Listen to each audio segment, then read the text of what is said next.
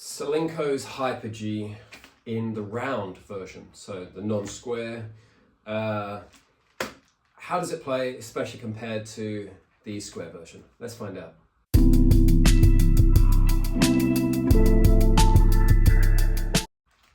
So I think pretty much at the moment fixed on playing with Solinco's Hyper G, the square version in the 1.20 millimeter.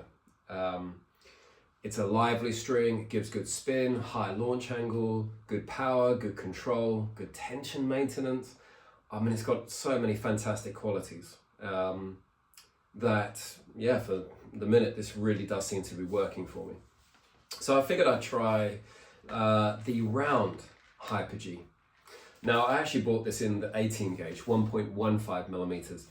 Now, I thought I was buying the square string, not the round. So I was actually sort of going down a gauge from 17 to 18. Then I found out I'd ordered the round, so that's okay. So what I'm going to do, I'm going to try this. Now this, interestingly, the 1.15, the 18 gauge, on the Tennis Warehouse University, they haven't done an analysis of it, so I can't really tell. So all I can go on the fact is that Solinco themselves say that this one is for power and control, as opposed to the original, the Hyper G, is for power and spin, which makes sense because the Hyper G, the square version, it's square, so it should bite into the string. Whereas this is saying power and control, so I would potentially expect this to have less spin. Now they do say on the back of the packet that you could hybrid this with Hyper G, and that kind of makes sense. I've used Signum Pro, so the Tornado, which is a rough string. I hybrided that with the Hyperion, which is a round string. And that does feel like you can start to sort of build a string that gives you good spin, good power, but then putting the round strings typically give you a bit more feel, a little bit more comfort. The rough or the square strings are typically a little stiffer and a little harsher. So I could sort of understand that. However, I'm going to be testing this in a full bed, and really what I'm going to be saying, why would I want this? So I do tend to go for the rough or the square strings because I do like the fact that they are a little crisper, they do have a firmer feel, and they do give you a bit more contribution to spin because they do grab the ball a bit more. So what would I expect from the round string? I would expect more power, and interestingly, yeah, let's see how it goes on in terms of the control aspect. What would it take for me to switch, given I do find that I tend to go for rough or square strings? More power, more control, but interestingly, I would want it to maintain the launch angle. So I have found with the original Hyper G, the launch angle coming off the strings, it gives me that height over the net, but it is giving me the power, control, and the spin. So yeah, I'm gonna string this up at 50 pounds, and let's see how this plays. Okay, so what was that like to string? Well, it's a round, smooth, relatively thin string. So frankly, you're never gonna have problems stringing that. The only one small thing, it did have a tendency to get tangled. So it's got a bit of coil memory, but nothing major. So yeah, really nice to string. Feels relatively firm, so not massive amounts of gimp. That's strung at 50 pounds, so it's not, doesn't feel like super elastic. Compared to the original Hyper G, that's probably a bit stiffer, and considering that's now a lesser tension, this certainly I would expect is going to be a little bit more elastic, but that's to be expected. Round strings typically do have a bit more elasticity compared to square or rough strings. So I would expect this string, this is the round string. Now, because it's also a gauge smaller, this is the 18 gauge, whereas the square one I've got is 17 gauge.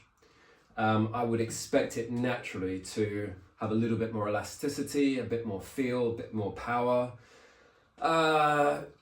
Spin department, I mean, it's not like round strings don't contribute to spin, because round strings should move more, snap back, and therefore still contribute to spin. But I wouldn't expect this to grab the ball quite as much as the Hyper G in the square. So really, what this is going to have to really do is say, I need this to be a powerful string with still a good launch angle, so it comes off sort of relatively a bit higher than I'm probably used to with other strings. But I would expect to have great touch, feel and control, which, given Solinco build this as a power and control string, yeah. And then of course, the interesting thing might be to say, actually, like Solinco suggests, it could be, I end up saying, well, maybe it's a combination of the two. Maybe it's the round in the mains and the original Hyper G square in the crosses, to give that combination of power and control, but also spin with a bit of, bring a bit of crispness into into the string bed. So yeah, I'm actually quite excited now to try this out. So let's go and give it a try.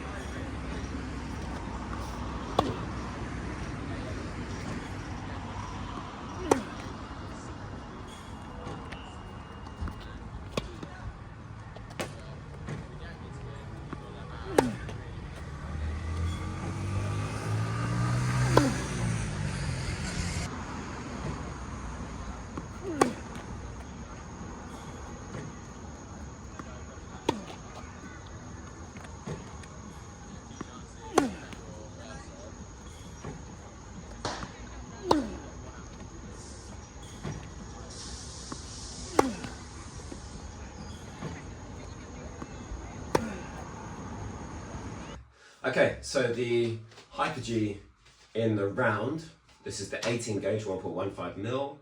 How did that go? So, it wasn't for me. It wasn't for me, but I think it is a good string. It just wasn't for me. Why? As to be expected, I mean, Hyper G themselves say this is for power and control. This is not for spin. This is not... well, it's not for spin, which for me, I like playing with spin, you know. I like kicking my second serve. I like, on my forehand, I'm hitting more of a driving forehand, sometimes really ripping up through it. My backhand, I like ripping up through my backhand with topspin. I play slice, so I want the spin from there. So I want a spin string. This was not that. It does not really contribute anything to spin. The ball comes off very flat. But then you think about, I mean, it's a power and control string. Who is this probably designed for? A flat hitter. You know, you think someone with a really flat backhand, a really flat forehand, flat serves, who really isn't too interested in having too much spin. They want more power. I think that really works. It was very crisp. You know, when you really got off the middle of the strings, you just really felt it fly off the strings, but it did have control.